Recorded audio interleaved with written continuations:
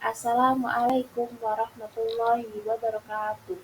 Perkenalkan, saya Rukmana dari Prodi PGRI STIS Subul Salam. Di sini, saya akan membuat video edukatif berjudul Kedudukan Akal dan Wahyu dalam Islam, guna memenuhi tugas UTS mata kuliah Ilmu Kalam dengan dosen pengampu Ibu Lailatul Fajriyah MPD. Baiklah, pertama pendahuluan. Al-Quran memberikan tuntunan tentang penggunaan akal dengan membuat pembagian tugas dan wilayah kerja antara pikiran dan kalbu. Daya pikir manusia menjangkau wilayah fisik dan masalah-masalah yang relatif, sedangkan kalbu memiliki ketajaman untuk menangkap makna-makna yang bersifat metafisik dan mutlak. Akal merupakan pembeda antara manusia dengan binatang, sedangkan wahyu adalah petunjuk bagi akal.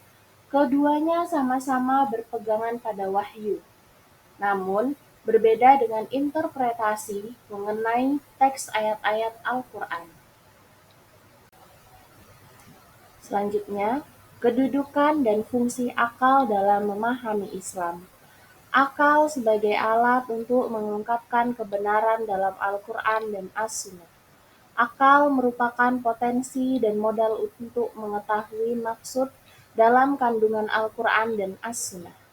Akal berfungsi sebagai alat untuk menangkap pesan dalam Al-Quran dan As-Sunnah untuk mengatasi masalah umat manusia melalui ijtihad. Dengan akal, manusia dapat mempertimbangkan dan menentukan jalan pikirannya sendiri. Kedudukan dan fungsi wahyu dalam memahami Islam. Wahyu sebagai dasar dan sumber pokok ajaran Islam. Seluruh pemahaman dan pengamalan ajaran Islam harus dirujukkan kepada Al-Quran dan As-Sunnah. Wahyu sebagai landasan etik.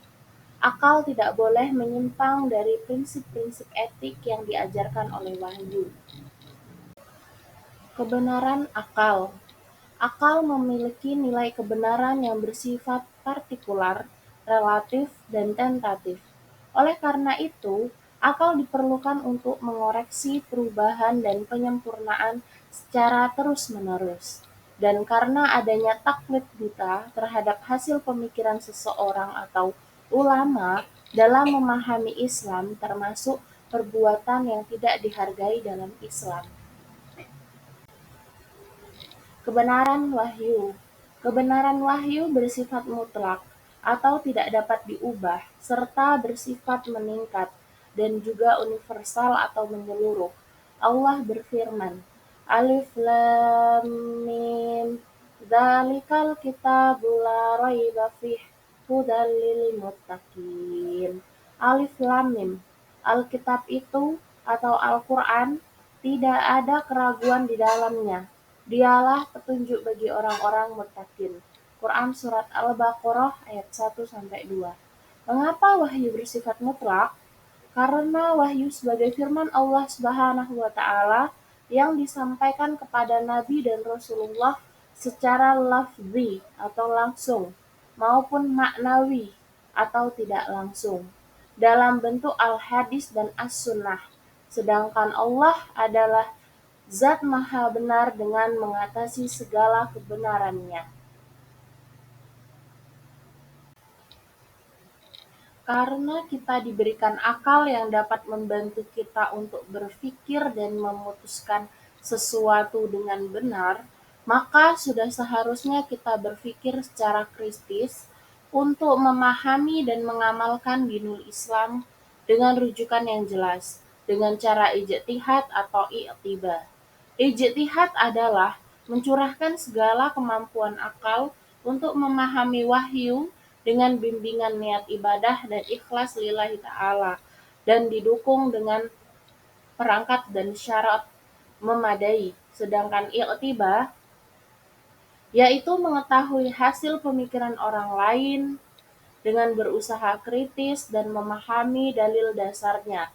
Namun, sekarang banyak orang dengan akal yang malah melakukan taklid atau mengikuti pendapat dari pemikiran orang lain tanpa berpikir panjang dan langsung menerimanya. Padahal yang benar adalah memahami dan meyakini kebenaran yang mutlak dan yang relatif adalah relatif. Dan itu bisa dilakukan melalui ijtihad ataupun minimal dengan i'tibar. Selanjutnya, hubungan antara akal dan wahyu. Akal dan wahyu dapat dihubungkan secara fungsional, karena akal memiliki fungsi sebagai alat untuk memahami wahyu, dan wahyu dapat menjadi petunjuk serta pedoman kehidupan manusia secara praktis dan melibatkan akal. Manusia diciptakan oleh Tuhan dengan tujuan yang jelas, yakni sebagai hamba Allah. Maka manusia dibekali akal serta wahyu untuk mencapai tujuan tersebut. Selanjutnya, pendapat para ulama. 1. Al-Farabi.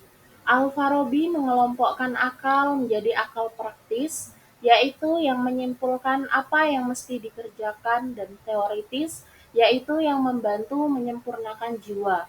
Akal itu berasal dari Tuhan, yaitu berawal dari Tuhan yang memikirkan dirinya sendiri. Sehingga muncullah wujud-wujud yang lain. Dengan adanya akal, manusia bisa hidup dengan sejahtera, karena bisa berpikir dengan baik dan benar, dan selalu berpikir sebelum bertindak. Selanjutnya, pendapat para ulama yang nomor 2 yaitu Ibnu Khaldun. Menurut Ibnu Khaldun, pertemuan antara akal dan wahyu membawa disiplin-disiplin ilmu agama, di antaranya ilmu qiraah, tafsir, ilmu hadis, ilmu fikih, ilmu faraid, ilmu khilafiyah, usul fikih, dan sebagainya. Pertemuan yang membangkitkan pemikiran Islam dan menjadi akal Islam atau al-Islami hidup di dalam ayoman Al-Quran sampai sekarang, serta memberi pengaruh besar terhadap kebangkitan peradaban modern sekarang. Patutlah diketahui pengaruh akal dan wahyu terhadap pengetahuan manusia atau kemajuan pemikiran umat Islam. Selanjutnya, contoh kasus dalam tema ini yaitu sholat. Mengapa sholat? Karena hampir setiap hari kita pasti melaksanakan ibadah sholat. Dan ketika kita melaksanakan sholat, kita pastinya menggunakan akal. Dan sholat juga diturunkan melalui wahyu dari malaikat Jibril kepada Nabi Muhammad SAW. Baiklah, di sini saya lampirkan sebuah potongan artikel mengenai sholat 5 waktu menghapuskan dosa-dosa dari Abu Hurairah radhiyallahu anhu. Nabi SAW bersabda, "Bagaimana menurut kalian jika di depan rumah kalian ada sungai, lalu kalian mandi di sana 5 kali sehari? Apakah ada kotoran di badan kalian yang tersisa?" Para sahabat menjawab, "Tentu tidak ada kotoran lagi yang tersisa, wahai Nabi." Nabi bersabda, "Maka demikianlah sholat-sholat fardu yang 5. Allah menghapuskan kesalahan-kesalahan manusia dengan sholat-sholat tersebut. Jadi, ayo perbaiki sholatmu sebelum ditelepon malaikat Israel." Kesimpulan, kedudukan antara wahyu dan akal dalam Islam sama-sama penting, karena Islam tak akan terlihat sempurna jika tak ada wahyu maupun akal. Sesungguhnya akal dan wahyu itu memiliki kesamaan yang diberikan Allah, namun jika wahyu hanya untuk orang-orang tertentu yang mendapatkannya tanpa seorang pun yang mengetahui, dan akal adalah hadiah terindah bagi setiap manusia yang diberikan oleh Allah.